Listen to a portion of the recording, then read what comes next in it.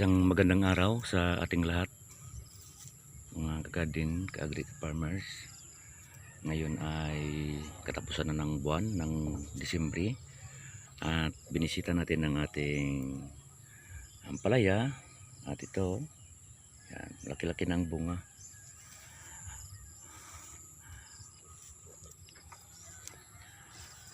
Kaya patuloy lang tayo magtatanim. Dami ng bunga. May isa na dito na malaki na kanina. Ito. Malaki na. Kaso babasa, tanggalin ko na lang to. Yan.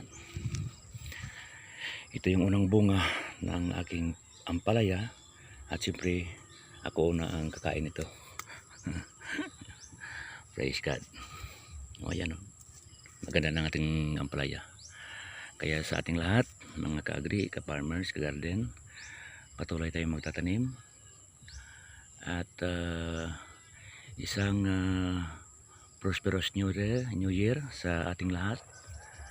I hope na patuloy tayong subaybayan, biyayaan ng Panginoon ng mga idea upang tayo ay patuloy na makapagtanim. Bigyan tayo ng lakas ng loob at health upang patuloy tayong magtanim ng mga kung ano-anong uri ng gulay sa ating mga garden. Ito ay isang malaking gift. Ito sa mga expert na sa pagtatanim, ano kaya ang sani ng ganito? Kasi ako pangatlong pangtanim lang to, pero ito ay na-encounter ko. Kung sino man ang marunong dyan, please share. At para natin to, mapigilan natin. Thank you sa pag-share nyo ng inyong idea.